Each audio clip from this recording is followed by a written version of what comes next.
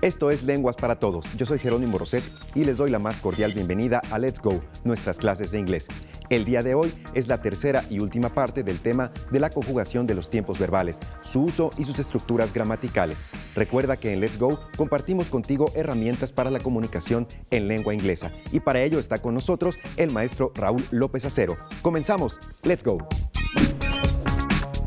Gracias, Jero. Thank you very much. Thank you por estar con nosotros el día de hoy. En esta cápsula de Inglés por el Mundo vamos a hablar de otras aportaciones que han hecho los países de habla inglesa al resto del planeta. Una de las aportaciones más importantes que han hecho, aparte del lenguaje, ha sido la comida chatarra. La comida chatarra, que está, compuesta por una gran variedad de alimentos y entre los más famosos se encuentran hamburgers, hot dogs, fries, chocolates, etc. Tenemos las hamburguesas, los perros calientes, las papas fritas y los chocolates. Pero ¿por qué la comida chatarra es tan popular en todo el mundo? La comida chatarra es muy popular por diferentes razones. It's cheap, es muy barata. It's fast, por eso se le llama fast food, porque es rápida, vas a un lugar y la obtienes inmediatamente. It's convenient, porque la encuentras en todos lados, pero aparte satisface muchas necesidades psicológicas y sustituye algunas otras cuestiones corporales. Have you ever eaten junk food? ¿Has comido comida chatarra? Ahora vamos a ver los tiempos perfectos. Ya vimos los tiempos simples, ya vimos el presente, el pasado y el futuro simple. Ya vimos también las formas de hablar del futuro, los verbos regulares e irregulares, no en profundidad, pero sabemos de su existencia. Y ahora vamos a hablar de los tiempos perfectos. Con los tiempos perfectos lo que vamos a manejar son situaciones que ocurrieron en el pasado mientras otras situaciones estaban sucediendo al mismo tiempo. Nos van a decir también cuánto duró una acción y, la duración de la misma. ¿Sí? Vamos a utilizar el verbo have y has. ¿Sí? Para los tiempos perfectos, el auxiliar, así como para el futuro, así como para el presente, podemos utilizar el verbo to be en su conjugación am, is, are. Para el pasado utilizamos el verbo do y did, que veremos más adelante. Para el futuro utilizamos el auxiliar will, que no es el verbo to be, pero sirve de apoyo para el verbo to be. Tiene la misma función que el verbo to be, es auxiliar. Y en el presente perfecto o en los tiempos perfectos vamos a utilizar que el auxiliar es el verbo have.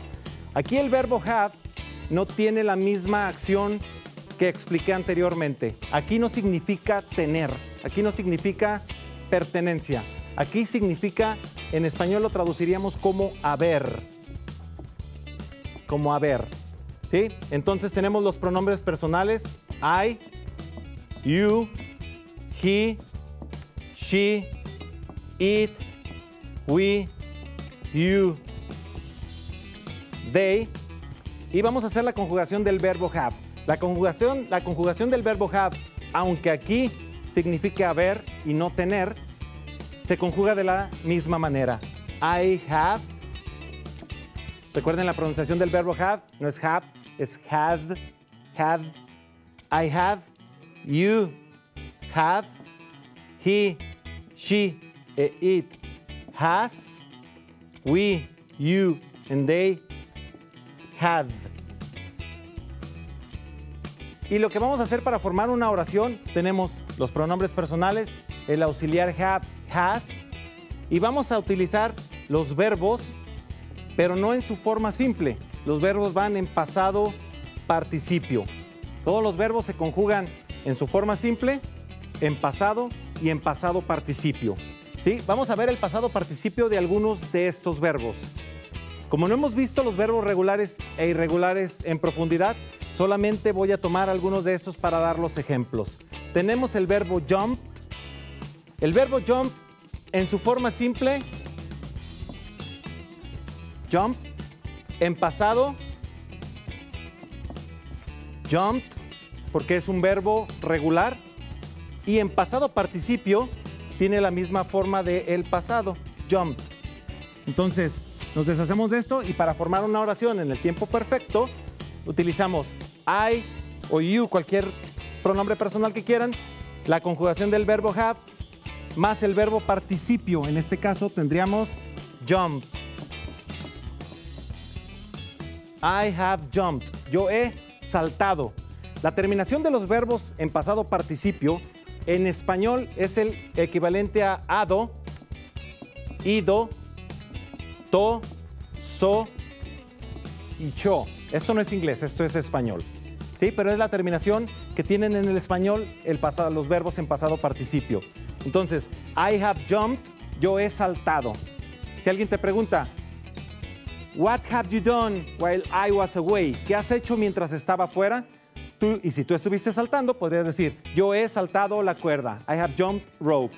Es una acción que pasó en un tiempo pasado mientras otras acciones estaban sucediendo. ¿Sí? I have jumped. Vamos a ver otro verbo. El verbo sing. El verbo sing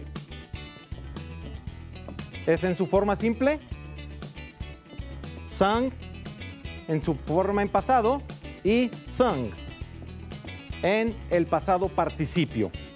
Entonces, vamos a quedarnos con el pasado participio y decimos, yo he cantado, tú has cantado, I have sung, you have sung, he has sung, we have sung. ¿Qué hemos cantado?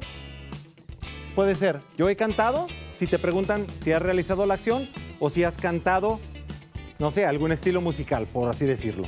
¿Sí? I have sung opera before. Yo he cantado ópera antes. Acuérdense que los tiempos perfectos nos hablan cuándo sucedieron las cosas o la duración en la que sucedieron las cosas. ¿Sí? Y así tenemos los otros verbos.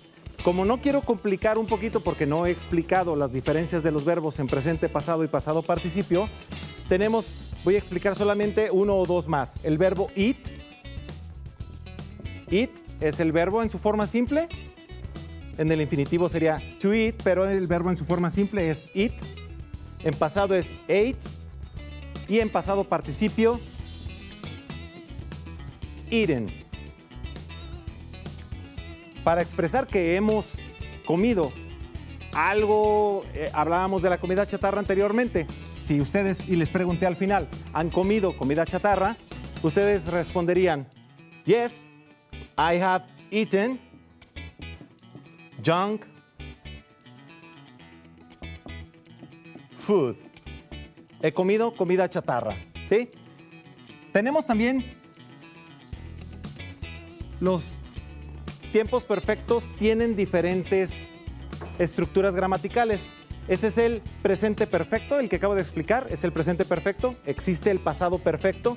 El pasado perfecto se forma con la forma en pasado del verbo tener. La forma en pasado del verbo tener es had y volvemos a tener lo mismo. Ahora voy a utilizar otro pronombre personal y voy a poner Efren had eaten hot dogs this morning. Efren había comido hot dogs esta mañana. El pasado perfecto, este es el presente perfecto, este es el pasado perfecto. El pasado nos dice de cosas que habían sucedido, no cosas que han sucedido. Todos estos tiempos expresan acciones que sucedieron en el pasado, pero tienen sus diferencias. Esto es algo que ha pasado, esto es algo que había pasado. Pero para que sea más claro este ejemplo, tenemos que agregar qué otra cosa estaba pasando cuando Efren había comido los hot dogs. Efren había comido hot dogs esta mañana mientras, while I was in a phone call.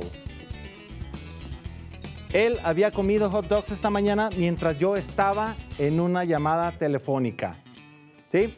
Entonces los tiempos perfectos los vamos a encontrar en diferentes modalidades, en presente perfecto, pasado perfecto, presente perfecto continuo, pasado perfecto continuo, y así hay muchas otras variedades del idioma. Pero estas son las dos explicaciones más básicas sobre el uso de los tiempos perfectos, para hablar de cosas que sucedieron en el pasado mientras sucedían otras cosas. Recuerden que es el sujeto, el verbo, have o had, dependiendo de lo que estemos expresando, el verbo en pasado participio y el complemento, que puede ser tan largo como ustedes lo aprecian ahora.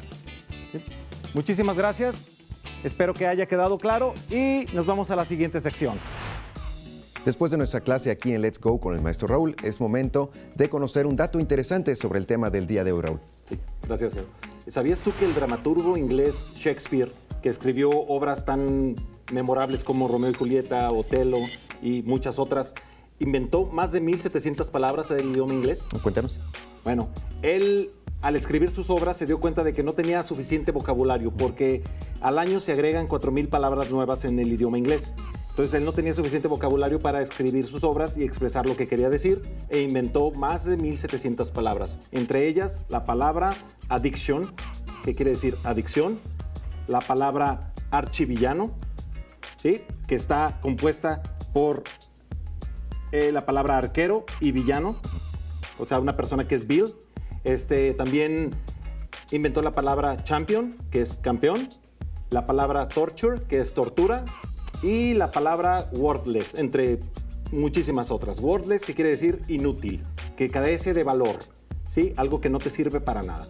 Al igual que en español, la producción literaria hace aportes al lenguaje, al idioma, lo mismo en el caso de la lengua inglesa, ¿no? Así es. Bueno, continuamos en Let's Go. Ahora en Let's Go es momento de platicar de inglés en tu vida. Raúl, como maestro, quizás estos temas que hemos visto desde hace 2 clases, hace 2 programas y el de hoy, sea lo más complejo de enseñar y también, digamos, lo más complejo de aprender.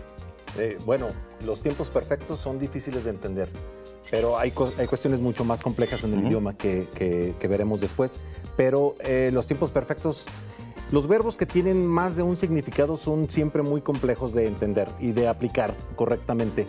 Por ejemplo, el verbo to be, que quiere decir ser o estar, o el verbo have, que quiere decir tener o haber, resulta un poquito complejo asociarlos adecuadamente cuando quieres construir una oración.